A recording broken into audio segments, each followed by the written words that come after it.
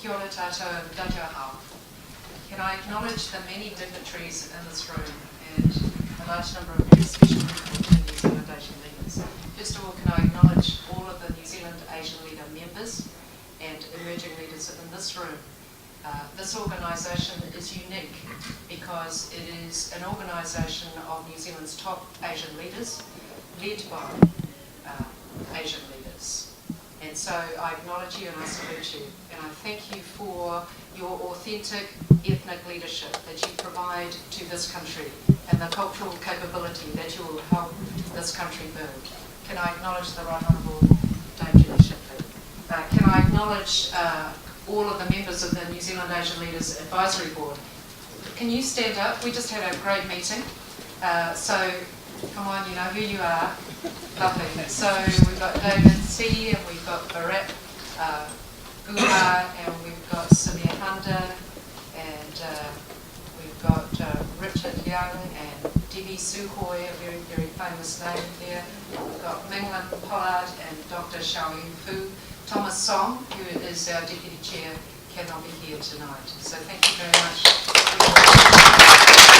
And we'll be happy to know that along with what's been achieved in our second year, which is 172 NZAL members, 83 established leaders, 68 emerging, 14 young, 7 international.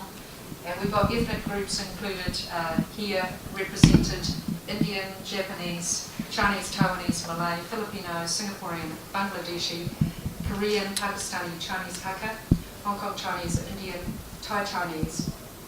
And of course we've also got 8 NZAL ambassadors, and we've got 3 here today.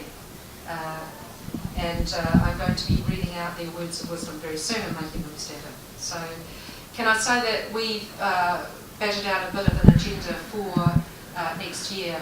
We're going to be doing 2 sessions that have never been done in New Zealand before. There's going to be one session on how Asian leaders can celebrate and uphold the environmental values of this country. Someone recently asked me what it meant to be a New Zealander, and I said that what it means to be a New Zealander is to have skin in the game, to want and care for this country to succeed more than any other country in the world, and to share values. I think a key value for many of the Asian leaders that live here is environmental sustainability. So we want to explore the environmental concept from an Asian leader perspective. The second thing is that we are going to respond to those people who say to me that the reason why there are so few Asians on boards is because there are none that are qualified. So we are going to invite 8 of New Zealand's top Asian directors, and we are going to have an interactive session with them about their experience. And between them, I think you'll find they've probably got something like 200 years of experience. I think that's too many, but of course I did law. Mark, because numbers is not my game.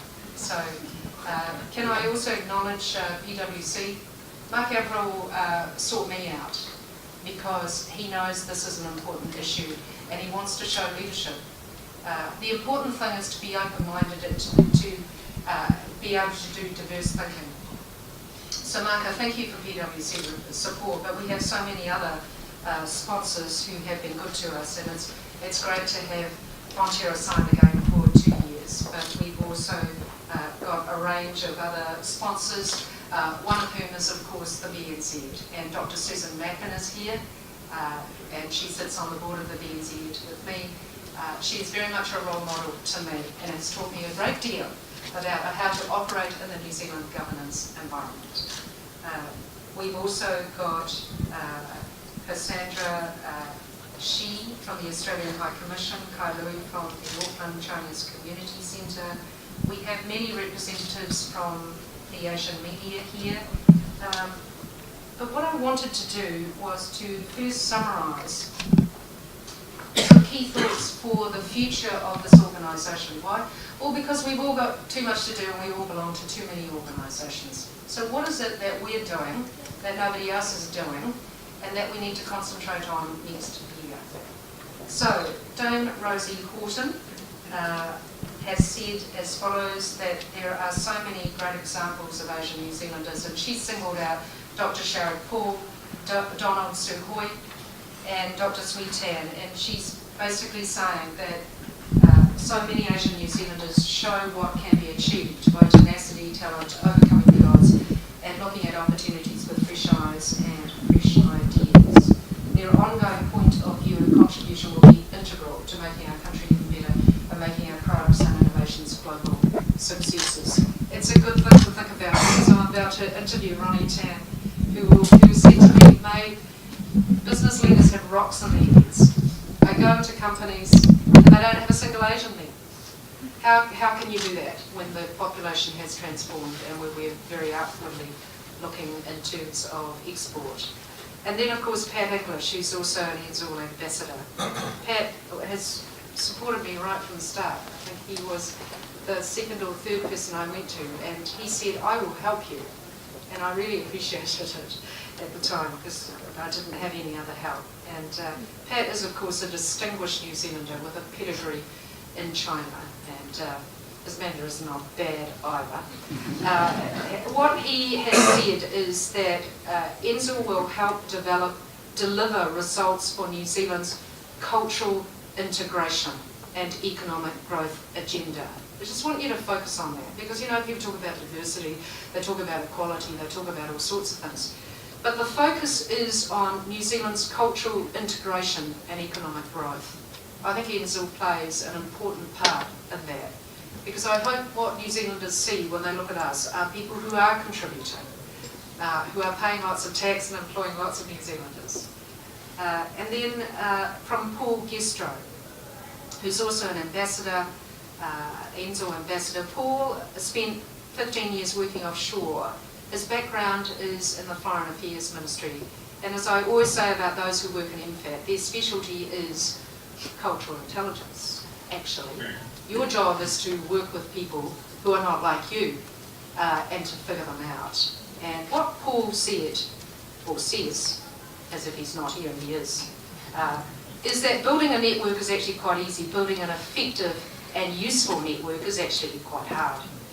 Paul said it's obvious when living in Asia is that heightened respect for trust means that you really had to work hard at it. While starting with a New Zealand network in Asia, Paul quickly asked those people to introduce him to the local relationships and not people that looked and acted like him. That started with trust from your counterpart, but then the hard work was to build off the local network they'd introduced you to. So, we've built a network, but for it to be effective, we talked today at our board meeting about how to box above our weight. And we hope that you will join us in that endeavour. Because there's a great deal of capability building to do in New Zealand on the cultural front. I am going to Skype Rosie, Dame Rosie. There have been 65,000 downloads of the Super Diversity Stocktake in 2 weeks. And what that tells you is that New Zealanders understand that we are undergoing a demographic transformation. And the one thing that I've heard is I've lectured up and down the country, as I've gone down to the Southern Institute of Technology in Invercargill and right up to the very tip of New Zealand, is one thing. People are saying to me, we need cultural capability and we don't know how to build it. Well, actually, there are a lot of people in this room who do.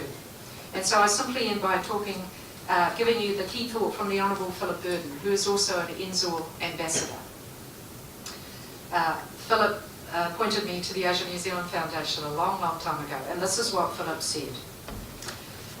As an SOE minister, I insisted on women and minority representation on all SOE boards. I requested National Radio and Television, with particular emphasis on television, to appoint more non-European front people so as to mainstream the inclusion and automatic acceptance of New Zealand as a genuine multicultural society, as opposed to a nation face being seen as a rarity or indeed a token oddity. And what he's encouraging NZAL to do is to take up the work where he left off in terms of ensuring that we really do get proper representation right across the board.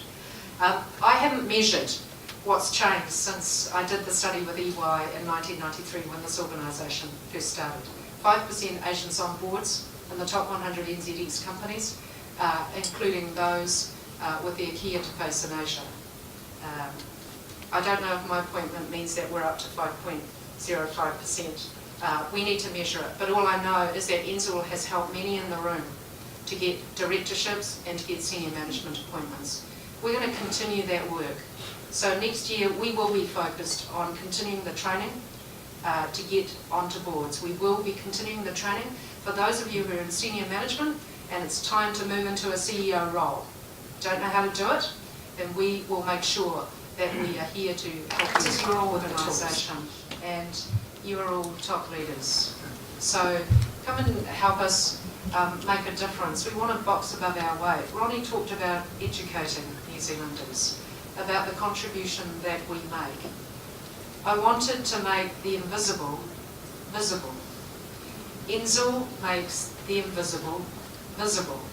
When people tell me that there are no Asians that are qualified, they ring back after I point out the website and they say, "Core, where did you find all these Asians?" And I say, under a rock. Because actually we're all out there working hard, giving service, Chai, and trying to make a difference in New Zealand, which is a country that we feel passionately about. But we need to allow other people to recognise that we are making that contribution, because in the debate that is so often held in the media, there is only one side, and it is not the positive side. So, if you want to help, please, we need your help. This organisation needs to evolve, and I would very much like to share the challenges and the workload. And so would the advisory board. So we're not quite ready to move to elections, but we would very much like you all to be involved. So please come and see us if you can. Join us for a drink and a cake cutting. Thank you.